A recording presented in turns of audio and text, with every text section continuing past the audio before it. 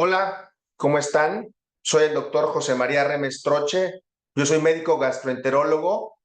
Actualmente trabajo en la ciudad de Veracruz, México, y para mí es un placer y una gran distinción poder ser parte de esta cuarta jornada internacional de escleroderma. Agradezco muchísimo la invitación para platicar con ustedes en los siguientes minutos respecto a las manifestaciones digestivas de esta enfermedad que todos ustedes conocen muy bien. Desde el punto de vista digestivo y por qué es importante que los pacientes con escleroderma estén conscientes del daño potencial en el tracto digestivo y también los proveedores de salud, es que el compromiso gastrointestinal es algo que se reporta hasta en el 90% de los pacientes. Puede ser quizás en 1 de cada 10 pacientes la primera manifestación de la enfermedad. Las áreas más afectadas son por mucho el esófago y la parte baja, el ano recto, pero esta enfermedad sistémica caracterizada por la fibrosis y el depósito de colágena va a afectar prácticamente la totalidad del tracto digestivo desde el esófago hasta el ano. Y vamos a repasar rápidamente a lo largo de esta charla cuáles son esas manifestaciones en esófago, en estómago, páncreas, intestino delgado, colon, recto, y no es el objetivo de la charla, pero también recordar que potencialmente alguno de los fármacos que se ingieren pueden tener alguna afectación a nivel hepático. Es muy interesante y esto es algo que nosotros como gastroenterólogos especialistas a veces somos del que se establece el diagnóstico de escleroderma por condiciones como reflujo crónico, ¿no? Entonces, muy importante y iremos repasando cada una de estas enfermedades. Primero, empezando por la manifestación en cavidad oral. Creo que fenotípicamente una de las características que se aprecian en los pacientes con escleroderma, y ustedes lo conocen muy bien, es esta microstomía o la menor apertura de la cavidad bucal, un proceso que está determinado básicamente por la fibrosis y esclerosis de la comisura bucal. Y la traducción de este problema es cómo a lo largo del tiempo se va a disminuir la capacidad de la primera parte de la masticación y la deglución, junto con otra manifestación que es la sequedad o gerostomía de la sequedad en la lengua, ¿no? Aunque pareciera que son afecciones quizás estéticas, mi visión es que son alteraciones muy funcionales. Gran parte de las manifestaciones digestivas que empiezan en la boca vienen por esa pobre capacidad que tenemos para masticar los alimentos o para salivar y que entonces puedan transitar de forma adecuada a nivel esofágico. 10 al 70% de los pacientes con escleroderma tienen esta condición y hasta 60-70% la sequedad de boca, y parte de las recomendaciones en nuestros pacientes es mejorar la cavidad, la limpieza, la higiene oral y el suplementar con algunos compuestos que suplan o que lubriquen los alimentos. Por mucho, el esófago es el órgano más afectado en la escleroderma. En alguna de sus variantes, por ejemplo, en el síndrome de Crest o en la esclerosis sistémica localizada, 80% de los pacientes tienen anormalidades esofágicas. 90% van a tener enfermedad por reflujo, una condición que, como veremos más adelante, es consecuencia de que el ácido del estómago llega y agrede a la mucosa del esófago. Esta condición, estos pacientes con escleroderma que tienen enfermedad por reflujo, la causa es una fibrosis y una esclerosis del esófago, pierde la capacidad de moverse, pierde la capacidad de secretar bicarbonato, agua y saliva que los proteja del ambiente ácido. Incluso en nuestros pacientes hay algunas formas de la enfermedad que pueden ser un poquito más graves, como el esófago de Barrett, y además esto coexiste con otras enfermedades reumatológicas como lupus, artritis y diabetes. Esta dismotilidad esofágica, y estos son un par placas o de imágenes de rayos X donde se ve que el esófago se vuelve prácticamente tubular, pierde la capacidad de moverse, pierde la capacidad de generar una resistencia para que no haya reflujo, pues va a condicionar que los pacientes tengan estos síntomas típicos que son las agruras, en el término médico es pirosis o en inglés heartburn, pero agruras es un término muy utilizado en Latinoamérica, junto con regurgitaciones, y estos episodios son frecuentes, ocurren más de 2, 3 veces por semana, afectan la calidad de vida. Y por ejemplo, aunque es una enfermedad muy común en Estados Unidos, el 7% de la población puede tener síntomas de reflujo. Que tengan reflujo severo es un poquito más raro, pero los pacientes con escleroderma prácticamente el 90% va a tener. Y esta es una caricatura que ilustra muy bien cómo el ácido del estómago en estos casos sube, asciende, entra en contacto con el esófago. A veces hay alteraciones incluso relacionadas con la postura. Aquí ven una caricatura como en un paciente en la noche acostado hay mayor probabilidad de que el ácido del estómago entre en contacto con el esófago y lo lesione. Y si perdemos la capacidad de producir saliva, de que el esófago se mueva, de que nuestro epitelio esté resistente, es muy probable que aparezca la enfermedad por reflujo. Sintomáticamente, esta es una enfermedad que se caracteriza, les decía yo, por pirosis, regurgitaciones, hay erosiones. Algunos otros pacientes tienen otras manifestaciones como tos, eructos, náuseas, hipo o manifestaciones incluso en la garganta. Y esto no es nada más que la consecuencia de que el ácido llega más allá del esófago, se llaman manifestaciones extraesofágicas que van a producir este tipo de síntomas. Les voy a mostrar unas imágenes de endoscopía, es la forma con la cual nosotros evaluamos el esófago, y ustedes pueden ver que en un paciente que no tiene erosiones, la mucosa del esófago se ve así, como rosa asalmonado. Los pacientes que tienen erosiones, el ácido va produciendo estas úlceras que además de que son muy molestas, pueden generar algunas otras complicaciones. Y esta condición que se llama esófago de Barrett, que es relativamente frecuente en los pacientes con escleroderma y enfermedad por reflujo avanzada, pues es una condición que se considera un cambio premaligno o un factor de riesgo para cáncer de esófago. Y el objetivo del tratamiento entonces va a depender en los pacientes no nada más del síntoma, sino en mejorar la calidad de vida y que esas erosiones o que esas ulceritas no avancen, no se compliquen y que no se vaya a desarrollar incluso una neoplasia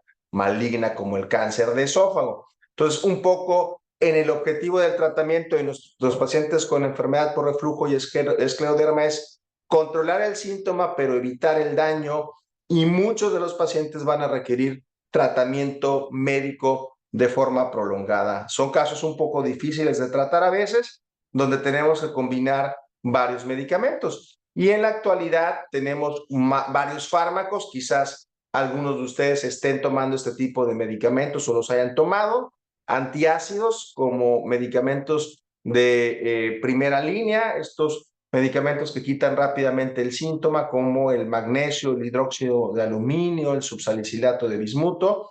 Hay fármacos que evitan un poco el reflujo, que son fármacos procinéticos, pero el día de hoy lo que se consideran estándares de oro son estos fármacos que se llaman inhibidores de la bomba de protones, ¿no? En general, los pacientes con escleroderma y con reflujo tienen que tomar este tipo de medicamentos para mantener en control la enfermedad por reflujo. Quiero pasar ahora a otro síntoma que es muy frecuente en los pacientes con escleroderma, que es la disfagia, que es esa incapacidad para poder tragar o deglutir en el inicio, aunque esto es más frecuente en los ancianos, prácticamente es algo que en un trastorno con la escleroderma puede estar presente. 10 a 15% de los pacientes hospitalizados pueden tener síntomas de disfagia, pacientes con enfermedades neurológicas, pacientes con enfermedades sistémicas, y es un poco esta incapacidad para iniciar la deglución. Esto sería un problema a nivel de la orofaringe, o una incapacidad para que el alimento pase de forma libre. Y me parece que hay dos grupos importantes de manifestaciones de disfagia. Uno es el paciente que nos comenta, me cuesta mucho iniciar o empezar a tragar, donde en los pacientes con escleroderma tendríamos que revisar si la sequedad de la boca, la poca apertura de la boca, la poca salivación es parte del problema, o que además exista una pérdida en el control de este mecanismo. Hay otros pacientes que nos refieren que tragan bien, que el problema no es en el inicio, sino es después de tragar, que refieren que sienten que se atasca el alimento, que no pasa, que les genera dolor. Y aquí muchas veces este síntoma es consecuencia de una complicación de la enfermedad por reflujo, como el tener esas erosiones que les mostraba anteriormente. Pasemos al estómago. A nivel gástrico, a nivel del estómago, los síntomas que deben de hacer pensar que hay una enfermedad gástrica son síntomas que de forma global nosotros como médicos los agrupamos en algo que se llaman síntomas de dispepsia. Dispepsia es mala digestión. Utilizando algunos sinónimos fáciles de entender, hablamos de ese paciente que come y se llena rápido, que tiene entonces saciedad temprana, plenitud temprana, que tiene náuseas, que tiene vómito, que tiene ardor o dolor en la boca del estómago. Eso nos debe hacer pensar en una enfermedad gástrica. Y más o menos en pacientes con escleroderma se reporta que hasta un 50% de los pacientes pueden tener esto que se llama gastroparesia, que es un retraso en el estómago en vaciarse. Cuando comemos, el alimento más o menos puede estar entre 2 y 4 horas en el estómago. Durante esas 2, 4 horas, forma fraccionada, el alimento va a pasar al intestino delgado. Si esto tarda más de 4 horas, ese estómago va a seguir lleno, va a dar síntomas como la saciedad, la plenitud, las náuseas o el vómito, y esta condición se llama gastroparesia, que puede estar presente en 10 a 50%, como les decía. Y hay pruebas especializadas, hay estudios como la endoscopía, la cápsula endoscópica, estudios de vaciamiento gástricos con medicina nuclear, donde si reportamos o encontramos este retardo en el vaciamiento gástrico, pues tenemos que echar manos de medicamentos, de dietas para mejorar el vaciamiento gástrico. En intestino delgado, más o menos entre el 40 y el 80%, pueden desarrollar manifestaciones bajas. Intestino delgado, cuando hablamos de intestino delgado, hablamos de otro grupo de síntomas, donde quizás los más importantes son la inflamación o la distensión abdominal y los cambios en las evacuaciones, ¿no? Estreñimiento, diarrea, flatulencias excesivas. Aquí hay una condición importante que también pueden tener algunos pacientes con escleroderma, que es la sobrepoblación bacteriana o el sobrecrecimiento bacteriano, es decir, hay algunas bacterias que van a proliferar en exceso porque el intestino no se puede mover muy bien, y esta es una condición que requiere tratamiento no nada más de síntomas, sino algunas veces es la causa para recibir cursos de antibióticos o de probióticos que frecuentemente se van a utilizar en estos pacientes. Hablando de intestino delgado, y esto no nada más para los pacientes con escleroderma, sino en general, recordar que el intestino es una comunidad donde además de que existen las células propias del intestino, hay bacterias, virus, hongos, parásitos que viven en simbiosis, que viven en un ambiente como si fuera un campo fértil, y que de repente esta pérdida de este balance, que es lo que sería el término de disbiosis, lo usamos para hablar de que hay alteraciones en la microbiota intestinal como consecuencia de un cambio adverso. Es decir, de repente viene una infección viral, viene una prescripción de un antibiótico que no era necesario y la microbiota intestinal se barre, se pierde, este campo fértil lo deja de ser, y entonces es susceptible a que lleguen agentes externos, bacterias, patógenos que den enfermedades más severas. Este término de disbiosis lo mencionamos mucho en gastroenterología porque pudiera ser la causa de síntomas como la diarrea, la inflamación, la distensión abdominal. Son mecanismos muy complejos y en esta caricatura el objetivo es nada más ilustrar cómo estas bacterias, que son parte de nuestra flora intestinal normal, van a cumplir funciones muy importantes. Si esto se llega a perder, entonces tenemos que corregirlo. Y les hablaba de este término que se llama sobrepoblación bacteriana. Recuerden que el tracto gastrointestinal no es estéril, estamos en convivencia con todos estos microorganismos y que de repente que estas bacterias proliferen de más o que estén en cantidades anormales en las partes más cercanas o proximales del intestino delgado, van a condicionar esto que se llama sobrepoblación bacteriana. Hay pruebas, quizás depende de donde estén ustedes el día de hoy, se ha popularizado estas pruebas de aliento para una condición que se llama SIBO o sobrecrecimiento bacteriano, que de repente genera síntomas como diarrea, náusea, distensión, vómito, fatiga, artralgias, malnutrición, diarrea. Esto quizás en los pacientes con escleroderma es una de las situaciones que tenemos nosotros por necesidad que descartar con estas pruebas para poder dar tratamientos adecuados.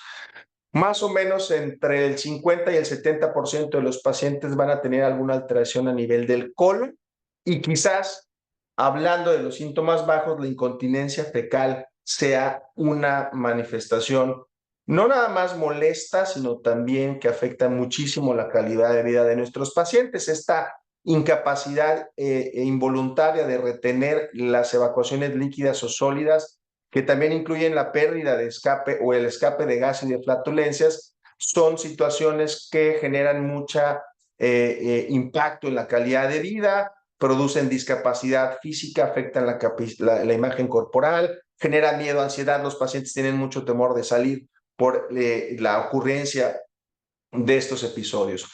Nuestros pacientes que llegan con este síntoma siempre nos cuestionan mucho si es algo que no se pueda controlar, que además se puede llegar a poner peor, que no pueden comer lo que comían antes, que los medicamentos quizás no sean tan efectivos. ¿Por qué pasa esta condición? La incontinencia fecal no es una condición exclusiva del escleroderma, es un problema que es secundario a múltiples alteraciones. La más común son las lesiones a nivel del esfínter anal, el antecedente de partos traumáticos, utilización de forceps, realización de episiotomía, alteraciones musculares, pérdidas en la sensibilidad, trastornos neuropáticos y en el caso del escleroderma es la pérdida también de esa capacidad que tiene el recto para adaptarse y distenderse. Entonces, nuestros pacientitos con escleroderma siempre les preguntamos sobre este síntoma y les explicamos que es una condición multifactorial. Es más frecuente después de los 50, 60 años, es más frecuente en las mujeres y en esa probabilidad de que haya más de una causa, pues necesitamos hacer, cuando hacemos la interrogación de los pacientes, pues una exhaustiva búsqueda de factores de riesgo, de enfermedades asociadas, qué tanto está afectando la calidad de vida, los antecedentes que ya les comentaba, y también tener en mente que no es una sola forma de manifestarte. Hay pacientes que solamente tienen escape de la materia fecal, hay pacientes que tienen urgencia, que no pueden retener, y hay pacientes que tienen una incontinencia pasiva, que prácticamente tienen que utilizar un pañal. Y evidentemente cada uno de estos tres grupos se maneja de forma diferente, pero bueno, pues nosotros tenemos herramientas diagnósticas para ayudar. El tratamiento de los pacientes con incontinencia fecal es todo un reto centrando siempre al paciente en mejorar la calidad de vida. Tenemos que ayudar a identificar los mecanismos. Hay dietas que ayudan a que las evacuaciones tengan un poquito más de consistencia, buscar algunos fármacos que pueden utilizarse como algunos nombres de los que les menciono acá, pero esto es un tratamiento multifactorial. Y recordar que nuestros pacientes con escleroderma ya están tomando algunos medicamentos que tenemos que revisar a detalle si podemos prescribir este tipo de drogas. El extremo opuesto de la incontinencia fecal es el estreñimiento. visto no como un síntoma, sino como una enfermedad. Como enfermedad hablamos de estreñimiento crónico, como la presencia de síntomas como estos que ven ustedes en la pantalla, pujo, incapacidad para evacuar de forma satisfactoria, la sensación de bloqueo, las evacuaciones duras e incompletas, que es mucho más frecuente también en las mujeres y que también es un proceso propio de degeneración de la edad. En los pacientes con escleroderma, quizás estos síntomas se presentan antes por los mecanismos relacionados. También hay muchos medicamentos que causan estreñimiento. Les menciono aquí esta lista que incluye analgésicos, antiácidos, antihipertensivos, suplementos que de repente van a ocasionar que o el intestino no se mueva bien, esto se llama inercia colónica, o que la pelvis, los músculos de la pelvis que también se pueden atrofiar o esclerosar, no se coordinen. Y entonces hablamos de tres tipos de estreñimiento: el estreñimiento que tiene un movimiento colónico normal, el estreñimiento que tiene un tránsito lento, la inercia colónica, y el estreñimiento por falta de elasticidad o de coordinación de los músculos. Y al igual que la incontinencia fecal, pues el tratamiento para este tipo de estreñimientos, vean todas las opciones que hay. Quizás uno como paciente al principio tiene en mente medicamentos como laxantes o como la fibra, pero el día de hoy tenemos un gran abanico de opciones terapéuticas dependiendo del mecanismo. Y vean cómo de los laxantes o de los formadores de bolo, pues hay fármacos que son más seguros que otros y mucho más efectivos. Y aquí la recomendación es, pues, platicar con su médico tratante y valorar todas estas opciones. Estamos justos en el tiempo. Estas serían unas conclusiones o unos mensajes para llevar a casa para todos ustedes, nuestra comunidad que forma parte de esta cuarta jornada internacional de escleroderma. Uno, el compromiso gastrointestinal es muy común y pues prácticamente va a afectar el tracto digestivo a más del 90% de los pacientes. El esófago es el área más comprometida. Si tenemos ese síntoma de las agruras, la regurgitación, la sensación de que sube, que regresa, que se quema y que es muy frecuente, una recomendación muy importante es que hay que atenderse, hay que buscar un diagnóstico temprano para tratarlo y evitar complicaciones. Esa recomendación en la evaluación del esófago, hay un estudio muy accesible en todas partes que se llama estudio endoscópico, pero algunas otras pruebas especiales. El manejo se va a basar mucho en medidas higiénico-dietéticas y tenemos una gran cantidad de fármacos. En la parte de síntomas bajos, dolor, distensión abdominal, pensar en sobrepoblación bacteriana, incontinencia fecal, estreñimiento cuando hay esa alteración en la frecuencia y en la consistencia de las heces.